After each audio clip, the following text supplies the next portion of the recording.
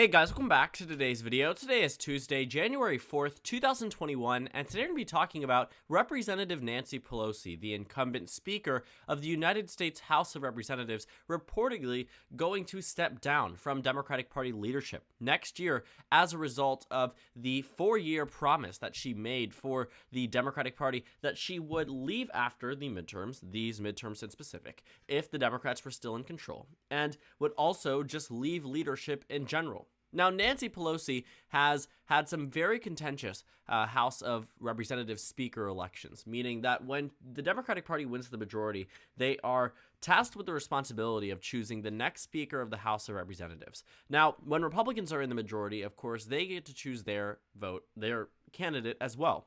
Everyone gets to vote, but of course, because of the way that the primaries, the general election works, this is more of just a formality because we know that a Democrat is going to end up as Speaker. But Nancy Pelosi in specific has faced some strong opposition. In 2019, despite Democrats winning 235 House seats, Nancy Pelosi only received 220 votes in the House of Representatives. In 2021, when it got a lot narrower and Democrats only won 222 seats in the House of Representatives, Nancy Pelosi only received 216.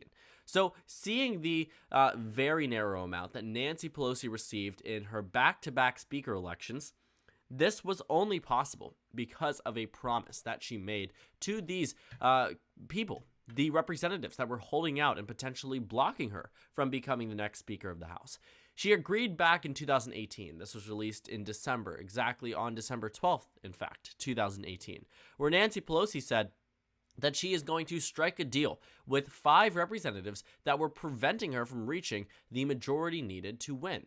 And Pelosi ultimately said that she was fine with this proposition, that either way, whether or not it went through or not, she would be happy as long as they were able to elect her as the next Speaker. And this promise was one that Democrats really held close to their heart. They said, okay, we will keep you here, but the thing is, we want new leadership. And in the 2021 vote, they almost got it. Now, there was already an agreement made, and a lot of Democrats, in fact, the majority of them, did acknowledge it, and that's why she was able to win on a first-round vote. But at the same time, you do have to say that the clear pushback from certain members of the Democratic Party in the House of Representatives might indicate that Nancy Pelosi's term should come to an end, at least from what they want. And these reports only seem to indicate that. I mean, everything seems to be adding up here. It makes sense that she would choose to leave the office of Speaker of House of Representatives, as she has already promised. But when Nancy Pelosi announced her bid that she would run for re-election in 2022, some Democrats got worried. They thought that she would maybe walk back on this promise. And if Democrats truly were able to win the majority again in 2022, meaning retain what they have already and potentially even expand, that it would look good enough for Nancy Pelosi that she would be able to win a re-election as Speaker of the House of Representatives. And you can see that Nancy Pelosi spending a lot of her time. She says that, looking at the money that she's trying to raise, the nearly $1 billion she has already raised for Democrats and her time as leader. I mean, if Nancy Pelosi could turn around the 2022 midterm elections, Democrats might be obligated to re-elect her as Speaker of the House of Representatives. But to put down a lot of these rumors, just weeks later, Nancy Pelosi is expected to remove herself from leadership. She won't be the House Minority Leader if Democrats lose the majority. She won't be the Speaker of the House if Democrats win the majority. And if Democrats win the majority, she might not be Speaker of the House, but she also will not be, at least from what we've seen from this agreement, the Democratic Majority Leader. And if you look at Nancy Pelosi's district, I mean, it is very certain that she is going to run for re-election. She has already announced that she will, and it seems to be a done deal at this point in time. So no matter what, Nancy Pelosi will be there by the time the next midterms fully go through and those congressmen and women are inaugurated. So Nancy Pelosi will be in Congress through 2024. The question is, what will she be doing in Congress? Because in 2021, there was one person in specific in the House of Representatives that got a vote for Speaker, from Representative Connor Lamb of Pennsylvania, and that was Representative Hakeem Jeffries from New York's 8th Congressional District. Now, if you don't know who he is someone who people have long proclaimed will be next in line to be the Speaker of the House of Representatives should Democrats win the majority in 2022. And if you look at his current role, He serves as the chair of the House Democratic Caucus, so he's a top-ranking official and a well-known name, and has recently surfaced to popularity over the past decade. Looking at the House of Representatives elections in the state of New York in 2020, Hakeem Jeffries comes down from this certain part of New York that is very solidly Democratic. You know, like many districts in this area, in the New York City area, you have very solid partisanly drawn, obviously, Democratic districts. And Hakeem Jeffries won the 2020 election with 85% of the vote. It was not even close.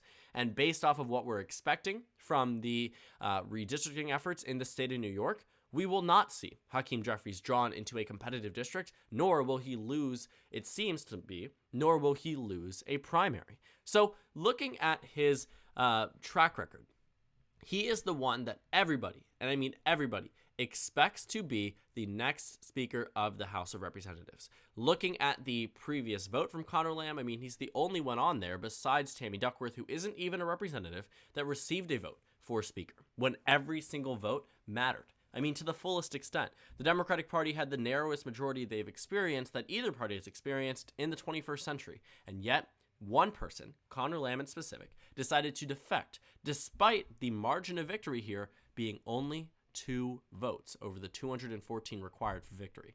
Doesn't look like a good showing for Democrats across the Speaker election. So as we move into the next midterms, and as we see Nancy Pelosi fall out of, favor and also leadership, people are declaring this a potential civil war between factions, with Representative Hakeem Jeffries as the favorite to become the new leader. And this absolutely makes sense. When you think about those who have been in leadership for the longest time, you have Nancy Pelosi, you have Jim Clyburn, you have Steny Hoyer. These people are far from progressive politicians. And with a new turning tide within the Democratic Party, while the majority of the party remains closer to the center, closer towards the non-progressive side, as we've seen in consistent presidential primaries, as we've seen in consistent contested primaries, most notably and recently, the Ohio 11th Congressional District election. And it isn't just that. Opinion polls, everything tells us the Democratic Party is not more progressive than it is centrist. And while that may be something that will change as the younger generation gets older and people begin to change their beliefs as a result of progressive politicians like Bernie Sanders, Elizabeth Warren, etc., Alexandria Ocasio-Cortez, whoever it might be, that's entirely possible. But as it stands currently, there's a reason why you have the same consistent centrist leadership in the in the United States Congress from the Democratic side.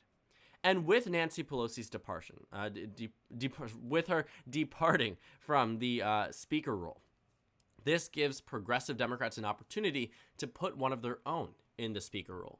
Now, it is hotly contested, I would say, amongst House Democrats as to whether or not Hakeem Jeffries is really the progressive politician that they want. In some people's eyes, he isn't a progressive politician. In others, he's the furthest left that they'd even consider.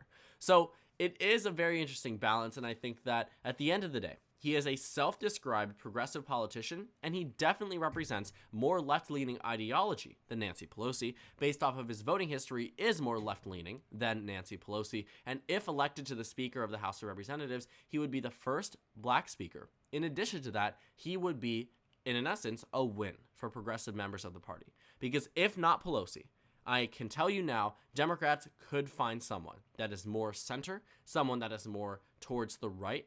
And not to say that Nancy Pelosi is by any means right-wing. I don't think that is a fair estimation, especially compared to the core values that both parties really defer on. But it is fair to say the Democrats have found people in less time to oppose progressives and prop them up, and they have won. And while there is that consideration, is Jeffries really really progressive? Maybe that's up for deliberation. But he certainly is more progressive than I think many other House Democrats, and I think that Democrats, if they truly wanted to block him, could find someone, which is why people are expecting what they would call a civil war between factions. Even then, it might actually come down to a point where Jeffries is the more conservative and more centrist-leaning candidate, and that Democrats, more so on the left, find a more left-wing candidate that they could block this nomination. Because looking at the current House composition, Democrats are not optimistic about 2022. But if they are to win the majority and retain what they have now, it won't be by a lot. No matter what, 2022 isn't going to be a blue wave. That simply isn't going to happen unless so many things change across the nation and across the world, specifically relating to the coronavirus. But looking at the House of Representatives elections right now, the most recent ones, Democrats have no room for error. They have no room to lose any votes in this next speaker election. And if it comes down to a point where they are infighting and wasting time, they will only begin to look negative in the eyes of the American people. When Nancy Pelosi originally did not seem like she could whip the amount of votes in order to win the speaker position, people thought that was a negative thing and a negative reflection on her leadership. Can you imagine if it goes through a multitude of ballots, if it goes to a point where you have consistent differentiating voters and candidates that are pushing all together? And the thing about the House election is that it won't result in Republican leadership if Democrats can't agree. It isn't a plurality style vote. So if Hakeem Jeffries was to openly oppose Nancy Pelosi in this speaker election and truly contested it, if Nancy Pelosi got 170 votes and Hakeem Jeffries got the remaining Democratic votes, Kevin McCarthy would not be the next speaker. You would go through multiple rounds until eventually you would reach a point where there is a majority, and with Democrats in that majority, they would choose a Democrat regardless. But it might just take a very long time to get there. And it has taken a very long time in multiple times in not recent history by any means. I mean, you're talking, I think, maybe nearly 2 centuries ago in the 1830s. I think it went to a bunch of different ballots or somewhere around the earlier time frame. But since then, you haven't seen multiple ballots proposed in the election in the House of Representatives. So if we go ahead and talk about, all of this speculation, I think it is very certain that he does become the next Speaker of the House of Representatives, but it's not to say that there isn't that possibility that Nancy Pelosi does return. I mean, she is running for a reason, and she is going to want to have some type of at least committee leadership role if Democrats are to win the majority. And I think that Nancy Pelosi definitely, and I don't say that any politician deserves an elected leadership role, or that Nancy Pelosi or any politician deserves anything from the American people or deserves anything from the institutions that help them represent us. But I do think that there is something to be said about what Nancy Pelosi has done for the Democratic Party, the way that she is able to get votes and whip them multiple times over and over and over. I mean, she does all of the jobs in one.